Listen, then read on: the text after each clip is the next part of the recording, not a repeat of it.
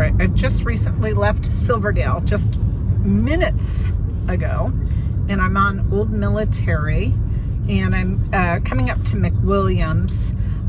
Again, just behind me is Silverdale. To the left, we would head to Highway 303, and of course, all your conveniences, kind of strip malls, Lowe's, Fred Meyer, that sort of thing, are up on the 303. If we went straight down McWilliams here, we'd actually end up at Central Valley Road, and that's a quick way to get to Silverdale, to get to Paulsbo, and so on. So this direction would be west, behind me obviously east, and now we're heading south on Pine Road.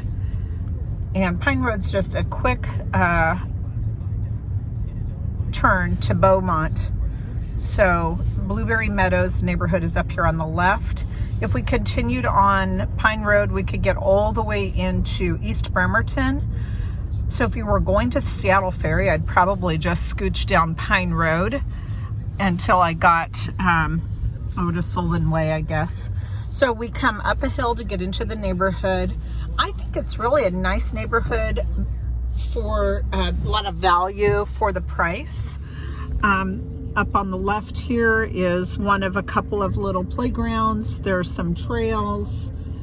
This little snowberry is part of the neighborhood.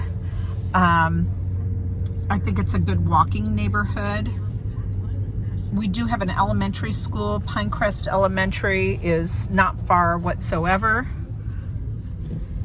So again, here's Sycamore, and that is part of Blueberry Meadows. And straight ahead of us is a big green space. A lot of the homes back to this.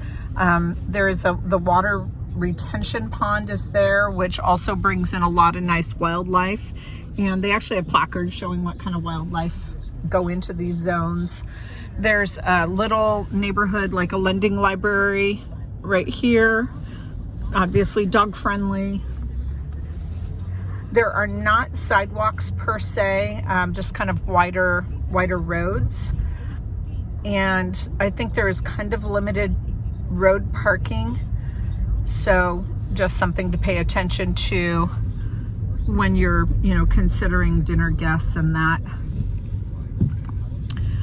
The homes were all built around the same time by the same builder, and everything in Blueberry Meadows, I believe, would be the exact same builder. So you're going to have conforming construction, so everything kind of looks alike. I hate to use the term, but people would definitely call it more cookie cutter. Here we have the bank of mailboxes. So mailboxes and package boxes are centrally located. And I think they're dispersed throughout the neighborhood. The Spice Lane, that's a dead end. And then this Beaumont winds all the way up to the top of the neighborhood. It is an HOA, but it is not an oppressive HOA. I would say fairly loosely managed.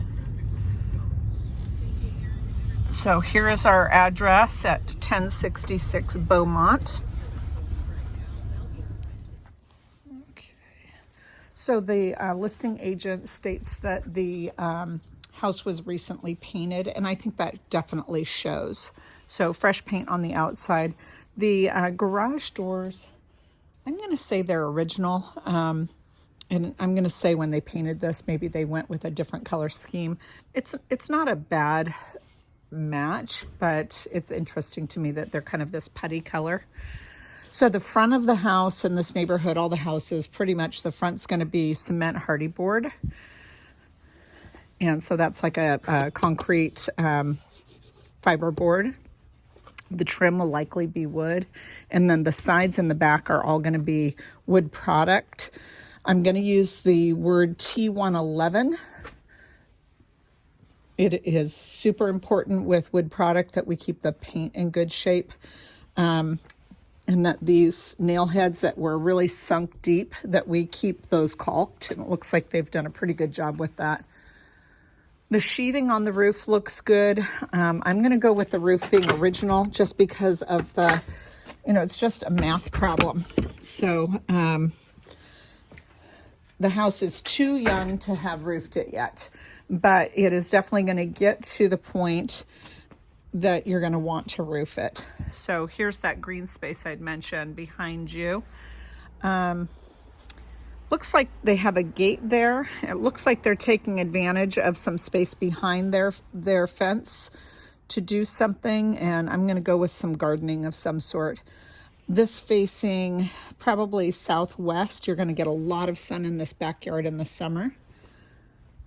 Again, the siding looks freshly painted, and you know, the home inspector is certainly going to tell us what's going on. The yard looks in great shape for this time of year. There's a little bit of moss growing in here, but it really wouldn't take much to kind of do a weed and feed and get rid of that.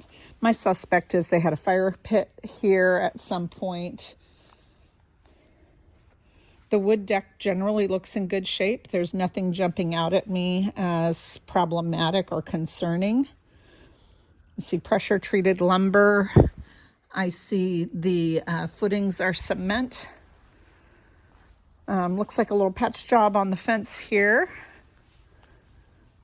And crawl space hatches there.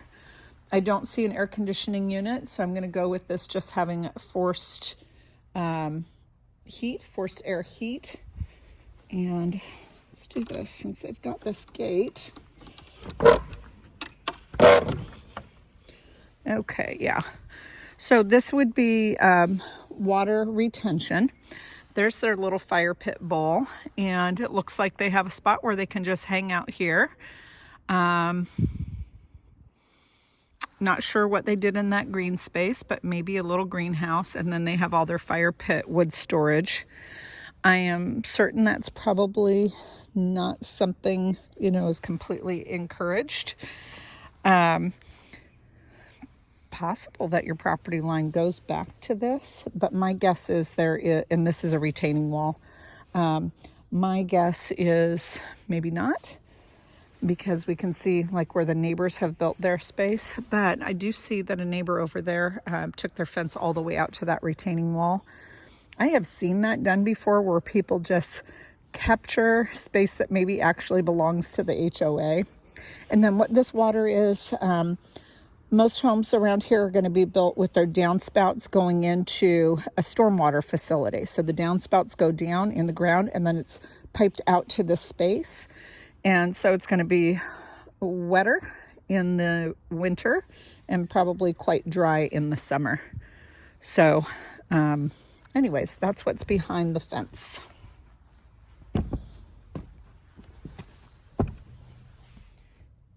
Quick little video to see the downspout here going underground. So that's going to, you know, be plumbed out to that stormwater holding area. So here we're at the covered front porch. I'll give you an idea of what the view is across the street to the neighbors. Again, the roads are not really wide enough to allow for street parking, and it seems to me there may also be signs along the way that says not parking. And why that would be important is just we need a wide enough drive for emergency vehicles. So they would consider it a fire lane, and so they may either limit street parking altogether or may only allow it on one side of the road. All right, we enter onto a rolled vinyl. And right off the bat, I would tell you the house smells very good. It looks to me like we have a pergo type flooring. So it's a laminate. I can't tell you that it is the brand Pergo, but it reminds me of that. So it's got kind of a wood look, but it's a laminate.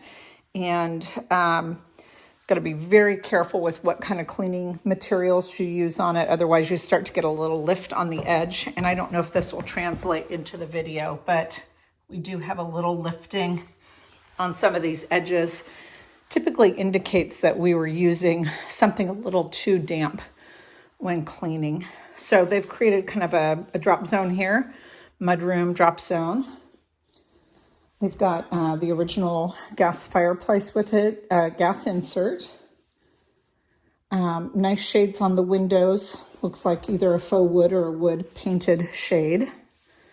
I think there's room for a bit more furniture than what they have here. You know, a lot of times I'll see somebody setting their living room up in an L shape and float something under the window, but it's very nicely set up the way they have it. And they have cute stuff. Their scale is not super giant, so if you have really oversized furniture, just keep that in mind. But there's a lot of territory that you could, you know, pull in a little bigger pieces, even behind the sofa there. So the actual coat closet here, and they've shelved that to make it a pantry, but you can see that the bar, that was intended to be a coat closet. And of course they did that fabulous mudroom feature. And then we have a powder room here, a little tile backsplash. The color is very Dr. Seuss kind of green. That same rolled vinyl flooring. Attractive lighting. Nothing, you know, really special to talk about in that space. Again, pretty good territory here. If you had larger than a 4-top, I think you could come this way a bit and maybe even enough room to go with a little wider. Cantilevered countertops, so you could put a few bar stools underneath there. A little corner storage, including a drawer. Then we have probably the pantry. So that is shelved. This is chalk paint on the actual door. That's kind of a smart idea for their spices because it's not a ton of storage. Let's just face it, it's not a ton of overhead storage. And then down below, definitely at some point they've updated their appliances. So these are not original appliances by any means. And then we have, wow, they are super, super, super tidy. So all the difference in the world. You know, when you see how people manage their spaces, it usually gives you a pretty good idea of how they've taken care of their house. Likely the original furnace. Looks like they've, you know, serviced it. And I'm going to go with a newer water heater. Very new, as a matter of fact. So again, just very kind of speaking to pride of ownership. Very clean.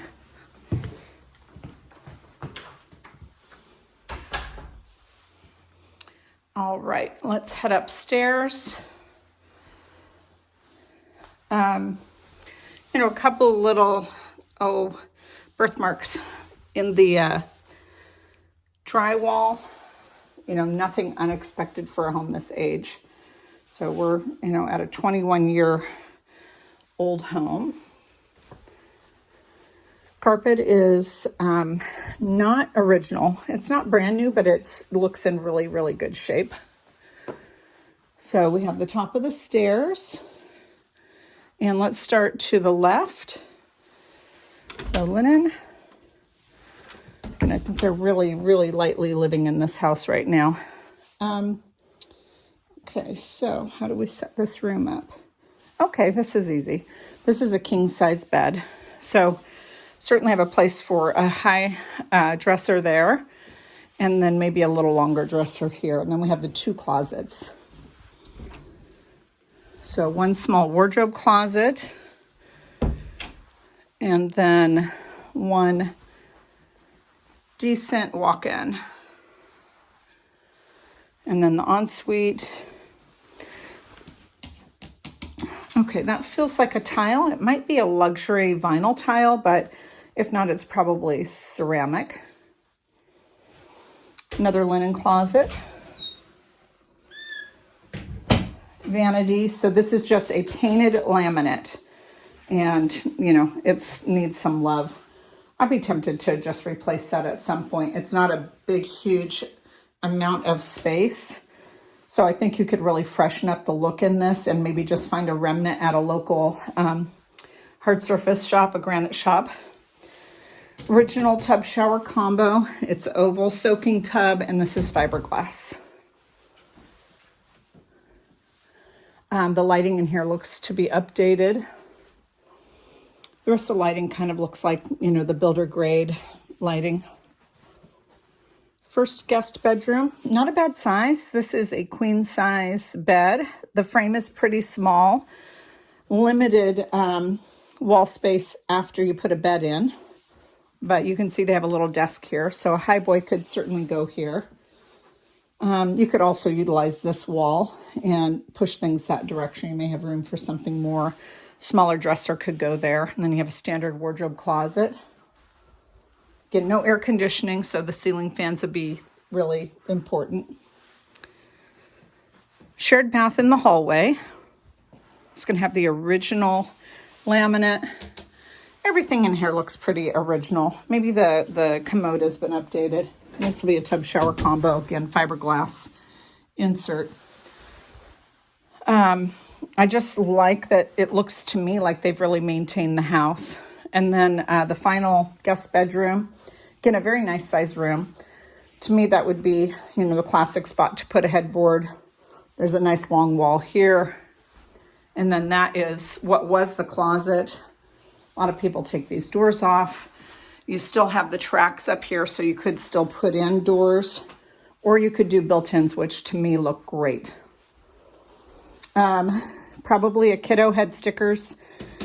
And so you could paint this, although I would just replace these doors. I think they really aged the house.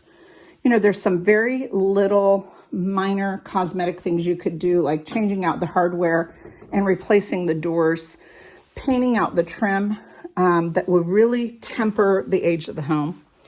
And then the upstairs laundry. We have the scuttle access over that, rolled vinyl floor. And then finally, this room, when you built this house, you could enclose this. It would have been a fourth bedroom. A lot of people didn't enclose it, and they made it like a loft game room hangout. And then it should have a little wardrobe or walk-in. So little wardrobe, but it's fairly deep.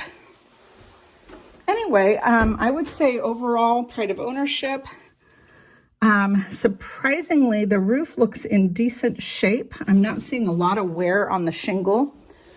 So it makes me wonder if they've just done a superb job at maintaining the roof, or it's just not getting the weather that some of the other houses have. A lot of homes in the neighborhood. I can see 2 or 3 across the street that have replaced roofs, 4 across the street. But a lot of homes in the neighborhood still have those original roofs. And, you know, they're just getting to the point where they need to be replaced. And, you know, I can't, if I were the listing agent, I'd certainly put in my listing if it was a newer roof. So my gut tells me it's probably original.